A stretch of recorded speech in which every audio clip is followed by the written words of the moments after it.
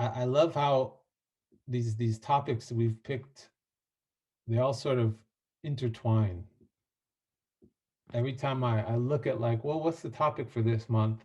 All the things that start coming to me, I'm like, well, wait, didn't we? That relates to last month and the month before, and they're all sort of interwoven. And I think this is a good thing because this is the reality of this is the nature of things. And I think there's a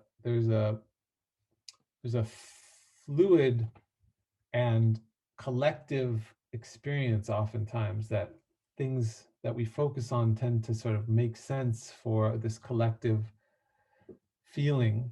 And that means that doesn't mean everybody's going through the same thing, but it means that there's so much room for how we experience things that even your specific experience, um, in the little world that you're living in, has so much possibility for resonation with other experiences. It's like we have these really unique, minute worlds that are so specific to us, and yet it's really easy, when we come into these intentional spaces, to find things that resonate with other people. Um, because ultimately, no matter how much diversity there is in our experience and in the world, the truth of what we're trying to discover, the truth that we're trying to get to, is very simple. It's so simple that it's literally this one one thing. And so from this multiplicity is this simplicity and unity. And so often I think, we make things more complicated than they need to be. Um, so this topic of resilience, and with hardship comes ease, this is like so apropos for the world right now. Certainly resonates with me, because to some degree we're all experiencing hardship, but also, anytime there's just a natural reality of the world of ebbs and flows, hardship and ease. And often in Muslim spaces, when people talk about resilience, or this is mentioned, I find it's often an, a rhetoric of, well, if you just remember that things will get better, then that's how you become more resilient, right? So we say like, well, we know, with hardship comes ease, so yani, deal with it. You'll be fine. Inshallah, it will get better. And somehow, by knowing that it's going to get better, we're supposed our moment with the hardship is supposed to transform. And I think that's not necessarily how it works. I mean, I think it's great if you can get there, and certainly we have to remind ourselves of these things. And there is an aspect to cognitive reframing, so that we align ourselves with a certain attitude or belief that can tap us into remembering what's in order, so that, and then that feeds towards resilience. But really, in order to be resilient, meaning in order to have this sense of stability amidst instability, amidst ups and downs of life, and loss and difficulty and constraining, and all these things that are bala, are trials, we have to ground ourselves in a pattern through practice. We have to have something that's physically anchoring us in our lives on a daily level, in order to weather the storm, in order to like be anchored, so that we're holding on to this really solid ship, so that when the waves are crashing and the wind is blowing and everything's happening, we're solid. And the way that we do that is not, it can't be about, well, eventually it will get better. Because when we think about eventually, we're essentially putting something off for a future that doesn't actually exist. The only thing that exists is the here and now. And so in the here and now is where we should be doing the work of building resiliency, not even for some other time necessarily, but for now, because that's what exists, is now. And so whatever it is that you should be doing then in this potential future when things will be easy, and this current situation or recent past situation when things are hard, it's still the same behavior and attitude and work that we need to do to build resiliency.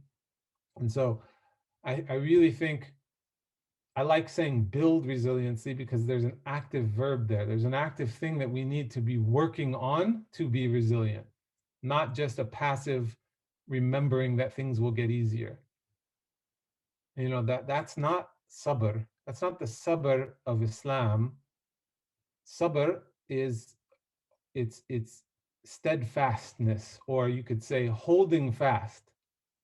I like that because there's again this active verb. You're holding on to something, meaning you have to actively be holding to ground yourself and find this anchor. Um, and so we need to focus on what are we doing in our daily practice that is going to allow us to be okay whether things are hard or easy, and not really paying attention to the hardness or the easiness, because those are all tests, both of them. Allah tells us we'll be tested with good things and we'll be tested with bad things. So we shouldn't be concerned with whether it's up or whether it's down. We should be concerned with the middle part, wasat, right? This is why the name of this organization is so beautiful. Wasat is always the answer. It's in the middle, and in the middle is where we are right now. We're in between something and something else. We're in between the past and the future. We're in between what just happened and what is in potential. And so that's where the work is of building resiliency. And this is why anchoring. So in this opening practice that we did, and any grounding practice, we're trying to come into our center, because in our center is where we have this access point of where we can find our anchor. And so we need to be thinking about this as something that is a commitment to the work, that is a daily thing. So if we think of a marathon runner, right? A marathon runner has this, like, even the title marathon runner, the identity is for somebody who runs a marathon, but they're not running a marathon every day, right? They're running a marathon maybe once a year, or maybe maximum 3 times a year. I don't know how often people do, but it's not a daily thing, right? But what they are doing on a daily thing, in order to train for a marathon, you have to run every single day. You're running every day, and you're doing the work for this thing when it comes. But you're not, the marathon runner doesn't sit and say, they're not just psyching themselves up for when the marathon comes.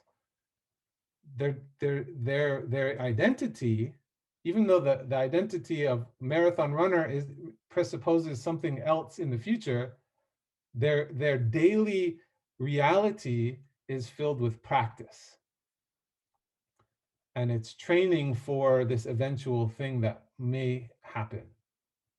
And so, you know, we we shouldn't think of doing things for when things are hard or when things are easy. We should orient towards doing things because this is what we're here to do. This is life, and this is what we commit to, because this is actually what will the practices. So and what, just to be more explicit, what I mean, not, and running could be one of those things. For me, it is. I run as part of my practice, but I don't run marathons. Um, I'm just training for life. Uh, and salah obviously is a practice. It's something that we're supposed to do all the time, 5 days, 5 times a day minimum. um, and we're not supposed to wait until we know we're going to have khushu in our prayer. We're not supposed to wait until things are easy to pray or when things are hard to pray. Allah doesn't say make salah when you're feeling good, nor does he say make salah when you're having a hard time. It's establish. The word establish means this is your routine, this is your existence, this is your breath, your life breath.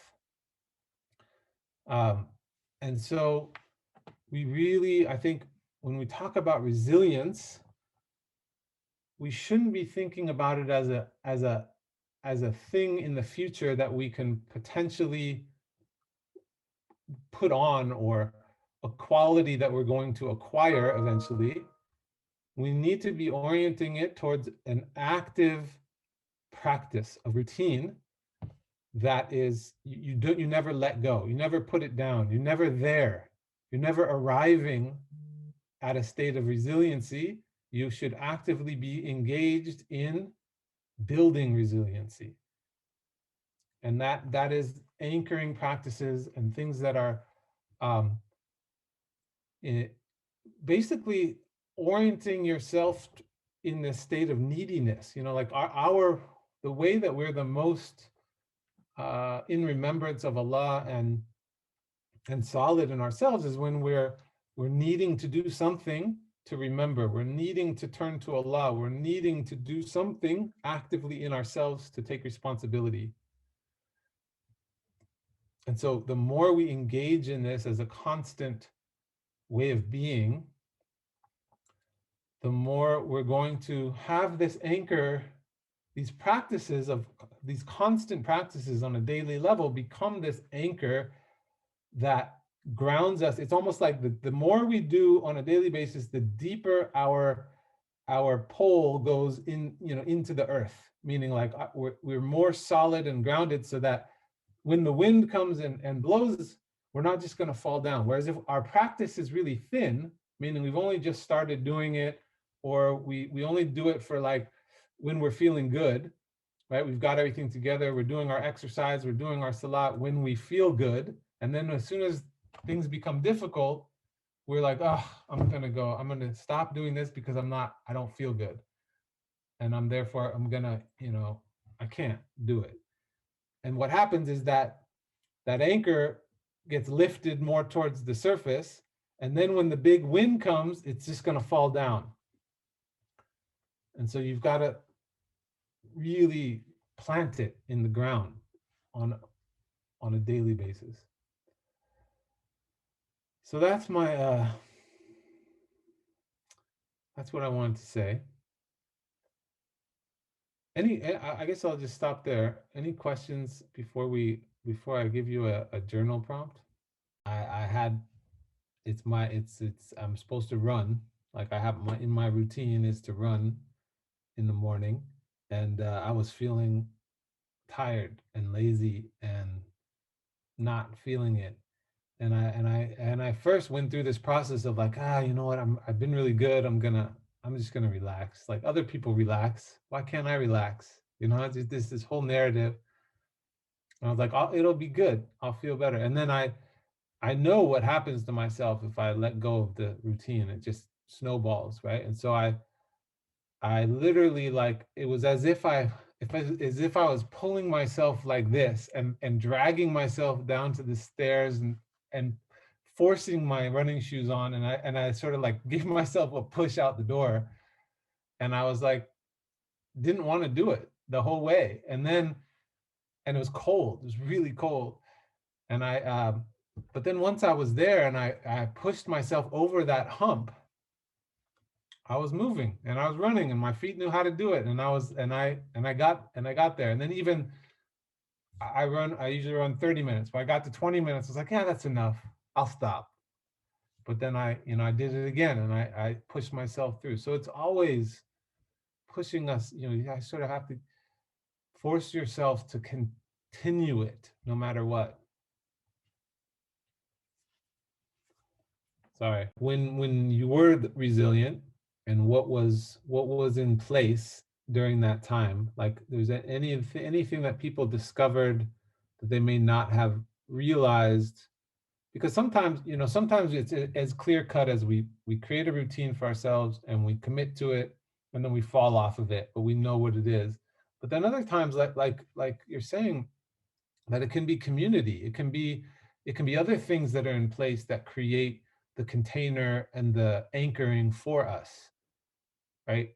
When we're on our own, we have to do the work and the motivation to put that routine in place, but also the mechanisms that keep us anchored and keep us grounded to provide that resiliency. But what Aisha's saying, was it Aisha? I think it was Aisha, saying that community can be that resilience, and what that means is that, just like she's saying, I force myself to come to this community, there's still a willingness to, you're choosing to be around these people because maybe sometimes we don't always have the strength internally, individually. And so um, we need these things in place, and they community can certainly provide that stability and container to put the thing in place that we need that may be missing on our own. So I'm definitely an introverted person. Like I could spend lots of time alone, but I know through my experience that I grow more. I grow a lot when I'm with people, and if I just stayed on my own, I wouldn't access that type of growth, right? So as human beings, we all need both. We need community, we need people, we need the other to be able to be reflected and grow, and we need time alone. We need seclusion, we need khalwa, we need individual inner work. So this question of when do you know, the key factor is, are you resistant? If you're resistant to being around people, then there's something there that you're blocking. Eventually, you're going to have to go towards it to learn from it, meaning there's something to lean into that where you can grow. And usually we resist something because there's something for us that we're not ready for, we don't want to look at.